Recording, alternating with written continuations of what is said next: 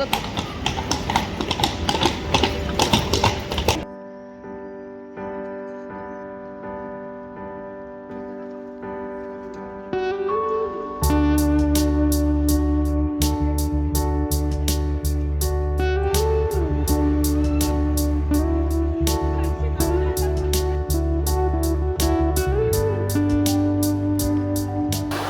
چیرته چې یاست په وطن کې له وطنه د باندې ټولو وطنوالو ته ټول هغه کسانو ته چې په پښتو باندې پوهیږي ټول ته سلامونه وړاندې کوم. خوشحاله ژوند ولرئ.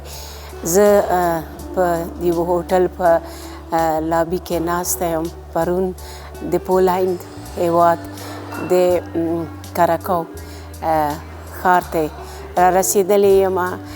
د دې ښار په اړوند مې اورېدلي وو چې دلته ځینې ځایونه دي لکه د دویمې نړیوالې جګړې ځینې آثارونه دي یا متاثره شوي دي، ځینې تاریخي چیزونه دي چې هغه غواړم وګورم. که مې پیدا که نو په کمره کې به یې راواخلم. بل به وګورم چې په دې ښار کې څه شی دي. ولې ځینې دوستان چې راغلي وو تعریف یې کړی وو. خو دا باید ووایم چې افغانان که هر چېرته ځي تعریف نیم کله کوي، ځایونه یې نه دي راته ښودلي چې دا ځای ښایسته وي یا دا ځای. بس زه په خپله ریسرچ کوم، په انټرنیټ کې ګورم.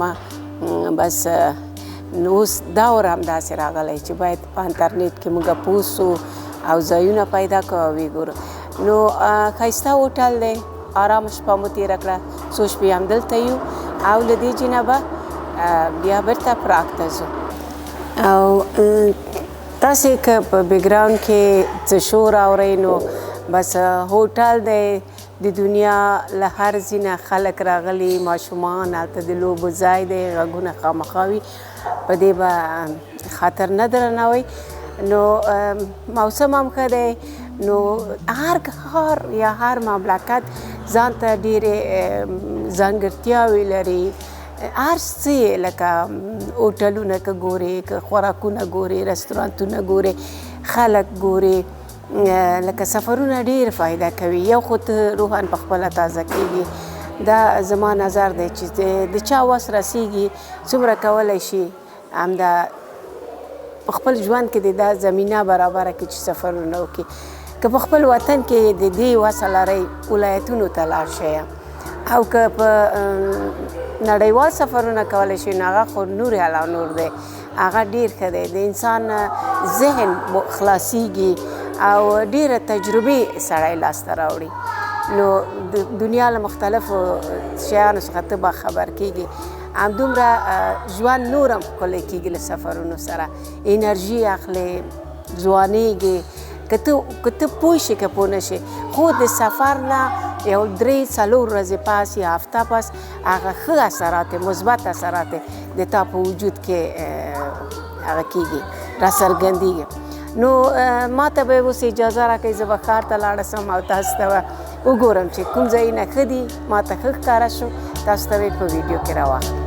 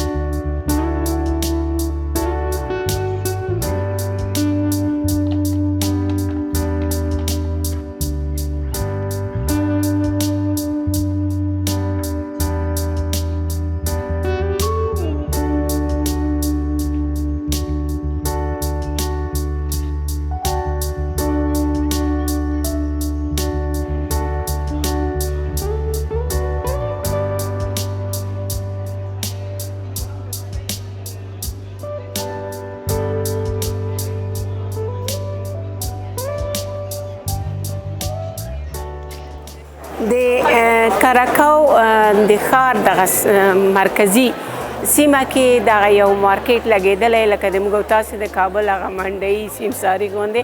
خو دلته داسې مختلف هغه دي دوکانونه دي، په دې کې دستمالونه، هغه شیان چې دلته په اروپا کې رواج دی، لکه نشانونه، ځینې داسې د غاړې مرۍ او شیان خرڅېږي چې د نورو هېوادو خلک یا خپله د همدې ښار خلک راځي دلته د تاسې ګورې ګرم بازار دی او بیروبار پکې دی خو دغه ځای هم ډېر ښه نسبت د باندې ته لږ سوړ دی د دې بلډینګ د دې تعمیر اثر پکې پرېوتی لکه د باندې وځي هوا ډېره ګرمه ده دلته بیا سوړ لګېږي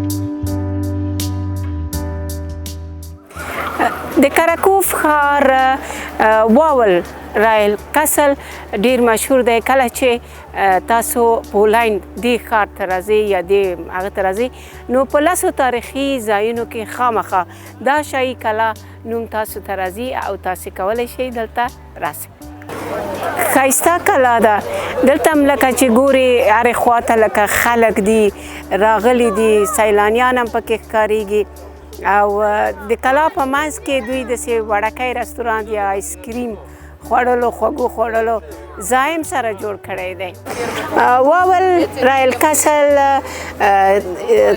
نقشه یې ده په اوسپنه کې دوی جوړ کړی دی لکه چې دا څه رقم هغه شوی دی دا یادګاري ځای دی او دلته ډېر سیلانیان راځي دا په د پولېنډ د کراکو په لسو تاریخي ځایونو کې حسابېږي کله چې تاسو ریسرچ کوئ خامخا د واول رایل کسل یا شاهي کلا نوم تاسو مخې ته راځي او تاسو کولی شئ د ځینه دیدان وکئ ښایسته کلا ده او دلته دا په اوسپنه کې جوړ کړی ډېر جالب ډېر ښایسته دی پولېنډیانو هر ښار ته ځي لکه ته هلته د هغو هغه کوې لکه ګورې چې خلک یې څه رقم دي خو تر کومه ځای چې ما څو ځایونو څخه لکه خریداري مو کړله خوراک مو وکړه او د دوی سره لکه په خبرو کې یعنې په تماس کې شولو پولېنډیان هم لکه چکانو غوندې ډېر تریو خلک دي داسې یو رقم داسې وچ خلک دي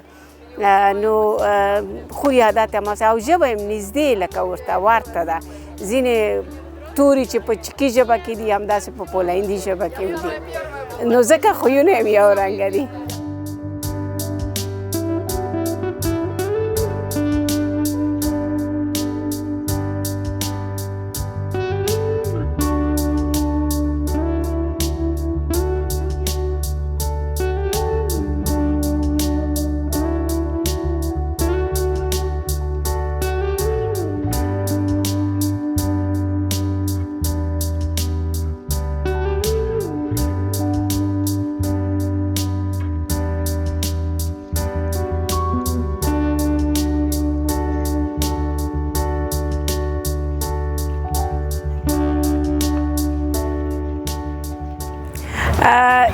زه د یان ماتیکو د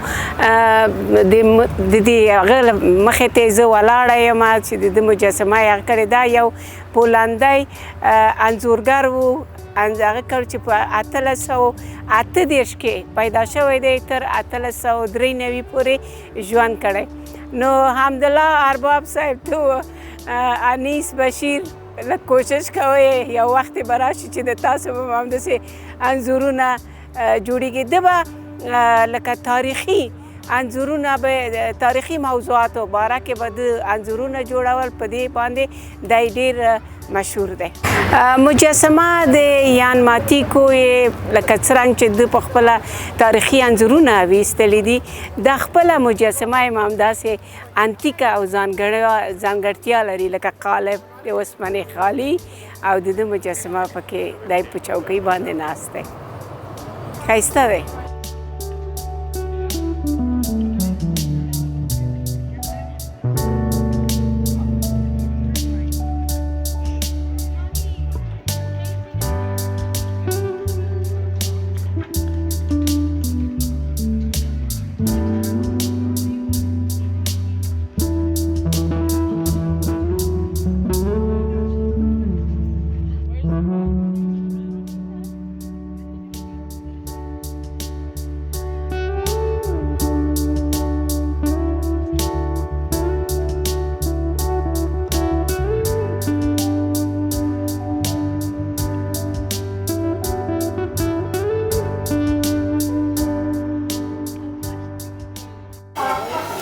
غرمه ده او لکه کرایي راته مخې ته ایښې ده، جای مو خالي دی. نو باید دا ووایم چې د امر په بانک اکاونټ کې یا د امر په پیسو یا خزانه کې چې هر هېواد ته ځو، فقط د ترکانو او هندیانو رزق پکې پروت دی. ولې چې هر هېواد ته ځو بس موږ یا ترکي دکان ته ځو، رستوران ته ځو، او یا هندي ته ځو. افغانان خو په سر کې دي، خو افغاني رستورانتونه په دې ښارونو کې یا په دې مملکتونو کې ډېر زیات کم پیدا کېږي. پرون چې نوي هوټل ته راورسېدو، ماشومان هم ډېر زیات وږي وو. لاړولو نږدې د هوټل شاوخوا ته مې چې وکتل، هلته نشته و لکه ډایمنډ کباب ترکي، چې هلته لاړو چې پوښتنه مو کړه، هغه بنګلادیشی راووت. نو زما ماشومان د دې چې عجیبه دي، دلته مچ نسته، مچان دې وطن کې نسته. نو زوی مې غلی راغی، د پلار غوږ کې وایي بابا وایي هلته مچان ګرځي، دې رستورانت کې ډوډۍ نه خورو. د دې اما د مچانو په وجه باندې موږ راووتل، او داسې ښایسته لکه الماس کباب نه و پکې، نصیب مو نه و. له هغه نه بس په لټه کې شو د پیزې، پیزا پسې لاړلو. پیزا مو چې ځای مو پیدا کړ، نو هغه ورته ویلې په دې چې رقم شیان پکې اچي، نو موږ ویلې چې نسبتا لږ حلال غوندې شي، موږ مارګریتا یعنې تالوي پیزا یې چې موږ ته جوړه کړله. او داسې تندی دغه سړي تروش و او ډېر غوسه ناک او هېڅ کار او یې نه کړ. د باندې کېناستلو، هغه هم راواخیسته پیزا، په پارک کې مو خوړل. چې ومو چې په لکه 3 دقیقو کې یو هندی رستوران ده. نو امر ویل وایي زه خفه کېږئ مه، بس لاړ بس همغه هندي رستوران کې هلته چې هندي رستوران ته لاړلو، بس ښه نمستې یې وکړله، ښه سلام علیکي یې وکړله، ډېر ښه په عزت سره ښه ځایګی و او ډېره ښایسته ډوډۍ یعنې د پراک د پیسو څخه ارزانه چې تمه هم نه کېدله. ښه خلطو کې یې واچولو، هوټل ته مو راوړله. هلته بېګا مو هغلته ډوډۍ واخیسته وخوړله. بیا موږ کار ته موږ راواخیسته، ولې ډېر ښه اخلاق یې وکړ، خو ډوډۍ ډېره مزهداره وه. نو بس زه به ډوډۍ وخورم او تاسې په الله سپارمه، د تاسو په اجازه. ډوډۍ مزهدار ده، خو یو شی دا ده چې د هر چي ته ګورم مالګه پکې کمه وي. نو مالګه کمه وي، بس موږ مالګه ډېره خورو. نور ښایسته مزهدار دی، ډېر مزهدار دی. خدای دې همداسې حلال رزق، ښایسته مزهداره روزي د ټولو دوستانو نصیب کړي، د ټولو انسانانو نصیب کړي، هر چیرې چې خوشحاله اوسئ. نور د خوراک له وروسته بیا به هم ګرځم په کار کې، ښایسته ځایونو څخه به تاسو ته ویډیوګانې وکړم. سبا هم همدلته یم، 2-3 ورځې یم. نو بس ډېرو ځایونو کې به وګرځم، وخت په وخت به تاسو ته ښایسته ویډیو او ښه ځایونه راټول کړم.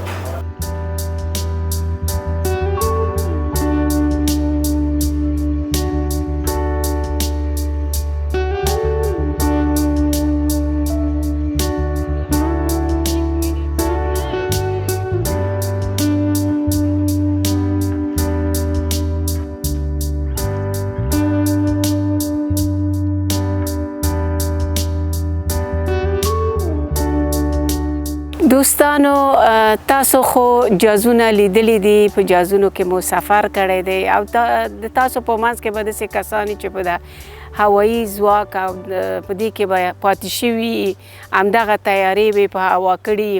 تیارې مختلفې بېلابېلې تیارې دي. هغه تیارې دي چې لکه په جنګونو کې استعمال شوي، هغه رقم تیارې دي چې یو هېواد نه بل هېواد ته خلک پکې ځي، او داسې تیارې دي چې زخمیانو سره یې مرسته کړې ده.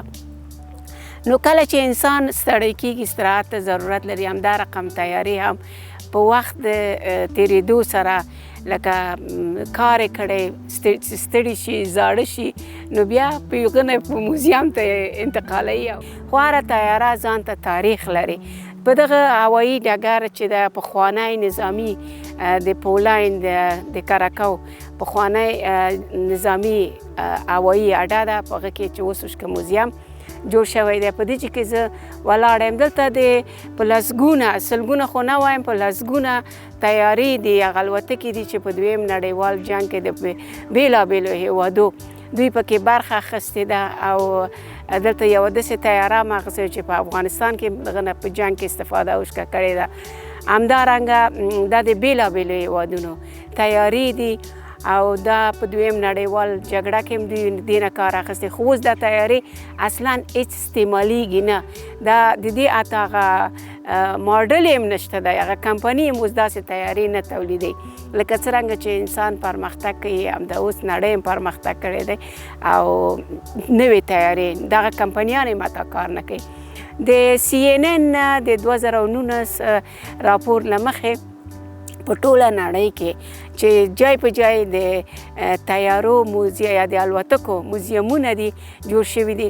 په 20 موزیمونو کې یو هم همدغه د کراکوف موزیم دی مشهور، په دې 20 موزیمونو کې راځي چې زه نن دلته راغلم. دلته بیلابیلې تیارې حتی په لیدو هم د سړي زړه خفه کېږي په دې چې کله ته دغه هېواد یې چې په هغه کې جنګ شوی دی، په هغه کې بم الوتلی، په هغه کې ستا خپلوان مړه شوي دي، په هغه کې ماشومان مړه شوي دي او تر نن ورځه پورې جنګ روان دی، نو ته به څنګه هغه تیارې ته وګورې؟ خو واقعا سړی خفه کوونکی. ټول سفر خوشحاله و، خو دلته چې راغلم دا موزیم میکوت لږ څه په انسان باندې تاثیر کوي. بس دغه په کمره کې مې راواخیسته تیارې مختلفې، تاسو ته مې ښکاره کوم چې تاسو ووینئ چې کومه تیارې د کومو هېوادونو پکې برخه اخیستې وه.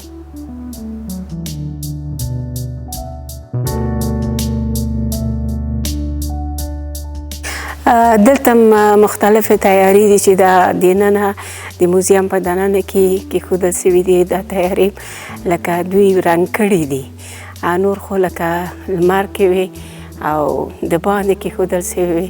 دا تیارې لکه دننه رنګ کړي دي او دننه کېښودل سوي دي.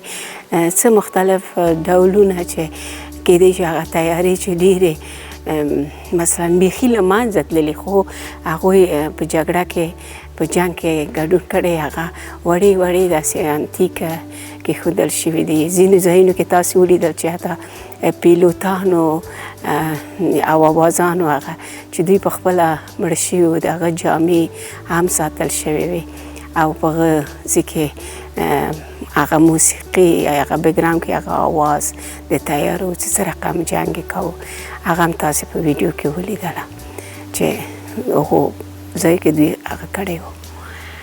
ښایسته تیارې دي، لکه رنګارنګې تیارې دي. هغلته یو رقم تیاره ده چې زما په اول ځل ده چې ومې لیدله، د هغې وزرونه بل رقم دي او خپله تیاره بل رنګ ده. دا الوتکه هم دا مخامخ چې تاسې ګورئ دا هم ډېره لکه جالبه الوتکه ده.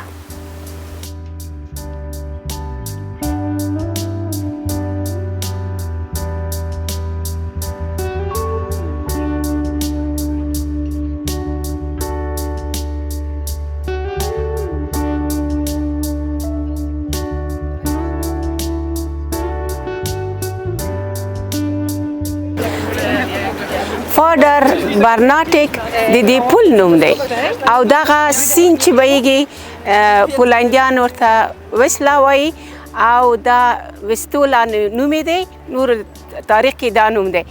زه په همدې پل باندې ولاړه یم او دا دغه مشهورو پلونو څخه ده. دا سیند چې دی تقریبا 1027 کیلومتره په مختلفو بیلابیلو هیوادونو کې بهیږي، لکه سلواک کې دی، پولینډ کې دی، همدارنګه رشیا کې دی یا روس کې او همدارنګه په اوکراین کې د دغو هیوادونو کې دغه پل دا سیند بهیږي.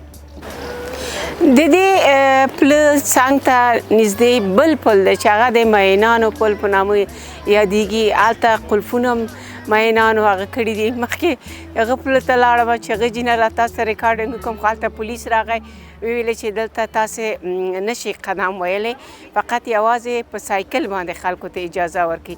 نو بیروبار دلته ده، نه پوهېږم چې دغه قیودات دا نن لګېدلي دي او یا که همدا قانون دی. خو ښایسته ځای دی، دلته خلک ډېر راځي او د دې د کراکاو په د مشهورو ځایونو کې یا 10 یا 20 ځایونه چې دي دا پل هم پکې یاد شوی دی د لیدو لپاره. یعنې هر ځای سړی راسي، ښایسته هوا چلیږي، خلک ډېر دي او دا لاندې پل هم داسې د هغې د لرګیو څخه دی چې کله قدم پرې وهي داسې زنګېږي او خو د ویرې احساس پکې نشته دی.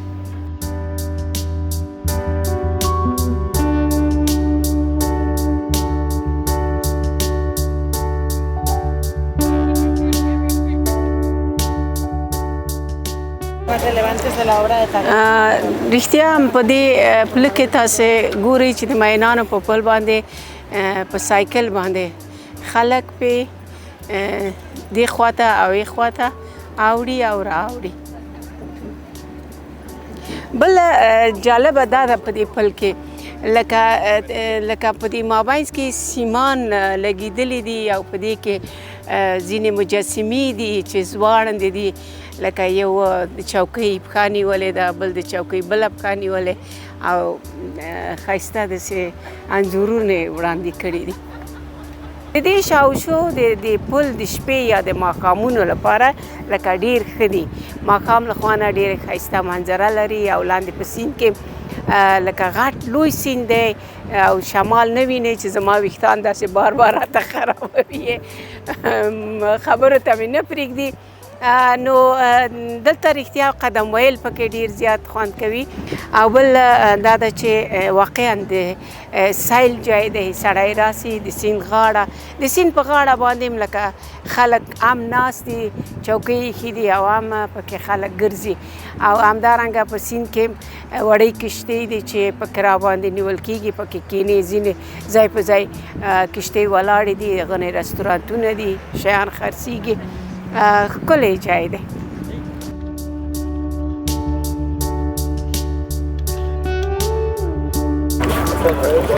دا د سیند غاړه ده او پاس د واول شاهي کلا ده. دلته جالبه ده دا د سیند په غاړه باندې د دنیا د مشهورو ستورو د دوه لاسونو نښانونه پکې هغه کې په اوسپنه کې دوی داسې چاپ کړي چې په دې کې د امیتابھ بچن د بالیوډ د سینما د مشهور ستوري د ګوتو د لاس نښانونه دي او دی په 2011 کې راغلی دی. په 2011 کې راغلی دی او دلته دوی یې لاس اخیستی. دلته د دنیا ډېر مشهور د سینما ستوري دي همداسې د هنر ستوري دي چې امیتابھ بچن هم پکې شامل دی.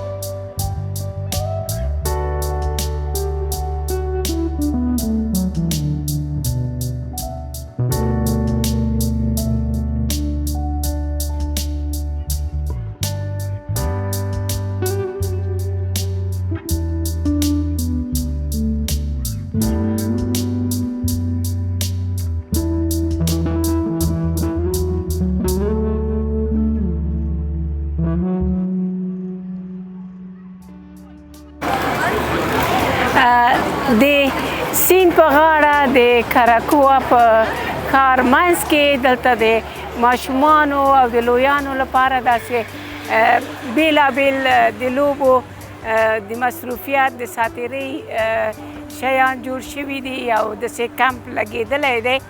همدارنګه دلته داسې غټ لوی بالون دی چې هغه په هغه کې نیم ساعت لپاره ټکټ کېږي او ډېر اوچت لکه جګېږي. نوم یې دی اتموسفیر کراکو نو دا پکې کې غټان جګیږي ماشومانو لپاره نه ده نو ځینې لوبې چې دي هغه ډېرې خطرناکې دي چې اسمان ته دې جګوي او راکښته کوي دي هغه هم بیا څوک چې ډېر زړور وي هغه یې کولی شي همدارنګه د سیند په غاړه باندې ډېر ښایسته نور جای په جای چوکۍ کېښودل شوي دي ښایسته ځای دی چې خلک هم د دې ځي خلک هم مسافر و میلمانه راځي هغه کې او همدلته د لندن های نه وروسته دلته اوس رواج شوی هر هغه ته چې ځي هېواد ته ځي هلته همداسې اوس دلته کراکو های دی دغه کې لکه پورته کېږي سره او یو داسې لوی ټالۍ ده نو په اصطلاح لویه ټالۍ نو دا رنګ ټالۍ به کېدای شي په وطن کې هم جوړ شي ډېر کلونه سو وطن ته نه یم تللې نو مختلف شیان دي بېلابېل نو ماشومان هم راغلي دي په یو کې کښېني په بل کې کښېني او اوس وایي چې مونږ په همغه اتموسفیر کې کښېنوه نو امر وایي راځه زړه به ورسره کړو دوی به کښېنوو چې د دوی ارمان پوره سي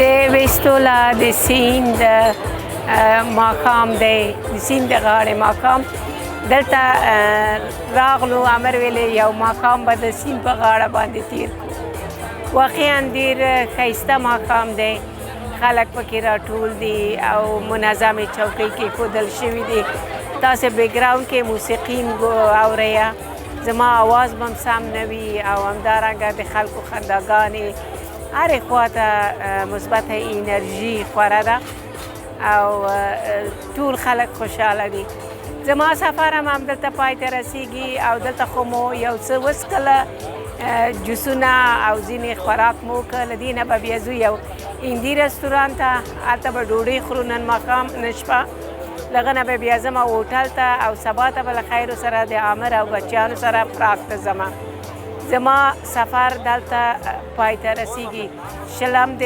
جولای 2024 کال دا چې ویډیو څوک څه وخت ګوري نو دا یو ماښام دلته ثبت شو ورځې دلته ثبت شوې ما کوشش وکړ چې لکه یو یوټیوب لپاره د فیسبوک لپاره یو دا ویډیو یا دغه لحظې دغه شیبې زه یادګاري کوم نو چې په خپله ژبه په پښتو ژبه باندې تر څو چې هر وطن ته ځمه هر مملکت ته ځمه زه یو د خپلې کامرې نه چې ښایسته ځایونه یادګاري تاریخي ځایونه چې تاسو په کتابو کې لوستي وي تاسو کېدای شي اکثر ډېر خلک په انګلیسي ژبه هم نه پوهېږي او انګلیسي باندې یعنی مشکله ده چې د یوټیوب نه هغوی معلومات ترلاسه کړي خو دا چې کوشش کوم چې په خپله ژبه باندې په اسانه باندې دا وسپارم یادګار یې کړمه چې یو افغانه یوه لیکواله یو پښتنه دغه هېوادونو ته تللې وه د دنیا په دومره هېوادونو کې وګرځېدله یوه سیلانۍ وه یوه کوچۍ وه او له هر دنیا له هر جینۍ په خپلې وړې غریبانه کمرې باندې موږ ته عکاسي وکړه فلم یې جوړ کړه خاطرې یې راته جوړې کړې په دې هیله چې زما چینل زما دغه کار چې زه د زړه له اخلاصه بریدونه خدایي خدمتګاره یې زه تاسو ته کوم ستاسو خوښ راشي نو ما ته اجازه راکړئ تر هغو چې زه بل سفر کوم یو بل هېواد ته ځمه نو په الله مو سپارمه ټول عمر خوشحاله اوسئ دلته ښایسته ماښام دی وطن کې دې خدای همداسې ښایسته ماښامونه تاسو ټولو ته که په خارج کې مې په هر دنیا په هر ګوټ کې افغانان دې خوشحاله او ارامه اوسي د خدای په امان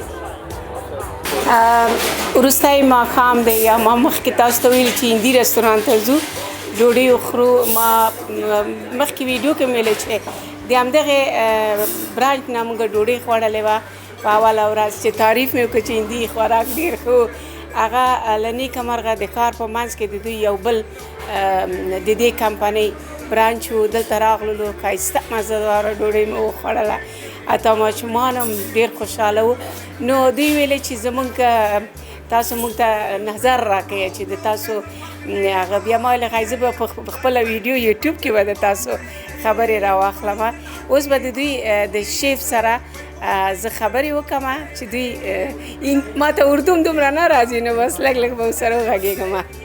जी जी thank you so much to coming in our restaurant. Teji, my name is Teji from India Punjab. बहुत अच्छा लगा आप हमारे रेस्टोरेंट में आए और ये सब कुछ किया आपने. Thank you so much. कितने साल हो गए कि यहाँ ये पोलैंड ये कराकोफ में आई इस वतन से परदेश हो? कितने साल हो गए कि ये यू काम करेगी आप? जी मैं 1.5 से 2 साल हो गए मुझे यहाँ आए हुए और इंशाल्लाह सब कुछ बढ़िया चल रहा है जी. बहुत अच्छा चल रहा है सब कुछ. फैमिली यहाँ है या वहाँ? नहीं, फैमिली मेरा इंडिया में है जी, पंजाब में. ये सब लोग आपसे साथ काम करेगी इंडियन ही? ये हाँ जी सारे हमारा स्टाफ इंडिया से ही है. अच्छा जी. ये यूरोप लोग बहुत तेज़ नहीं खाते, अफ़गानिस्तान में खाते. आपको ये लोग के इतने ज़्यादा मुर्चक खाती है पकाई है? नहीं, ये लोग ज़्यादा स्पाइसी नहीं खाते. अब यहाँ इनके साथ काम करते करते हमें भी एक्सपीरियंस हो गया तो हम उनका खाना उसी हिसाब से प्रिपेयर करते हैं कि कुछ डिशेज़ हैं जिनमें शुगर भी जाती है कि स्वीट खाते हैं वो उस हिसाब से बनाया जाता है. जैसे आप ज़्यादा स्पाइसी खाते हो आपको ज़्यादा स्पाइसी दिया गया, ऐसा है. मैं एक चीज़ के बहुत खुश हूँ आपके ये पर्सनल है ये गार्सून ये बहुत अच्छी रवैया करती है, बहुत हंसती है, खुश है, ये अच्छी खिदमत करेगी. इसकी राज क्या है? इसकी राज कुछ नहीं है जी, बस भारतीयों के स्वभाव में ही होता है. कि इंडियन लोग इस अपील. जी इंडियन लोग हमेशा मेहमानों को खुश होकर ही मिलते हैं और जब भी हमारे यहाँ कस्टमर आते हैं तो हम उनको अपने मेहमान ही समझते हैं, कस्टमर नहीं. अच्छा जी. आपका फैमिली याद आती? हाँ जी थोड़ा बहुत. वैसे तो दिन काम में निकल जाता है जी. शादी करेगी? हाँ जी करेगी जी. अभी करेगी नहीं, करेंगे तो ज़रूर लेकिन अभी 1-1.5 साल तक करूँगा. अच्छा मेरे मतलब ये कि शादी नहीं अभी हुआ नहीं जी. अभी सिंगल हूँ. मैं दुआ करूँगी अच्छी वाइफ मिलेगी. मिल जाए जी इंशाल्लाह. बहुत है. बहुत बहुत शुक्रिया. थैंक यू सो मच जी. Thank you so much for coming everyone.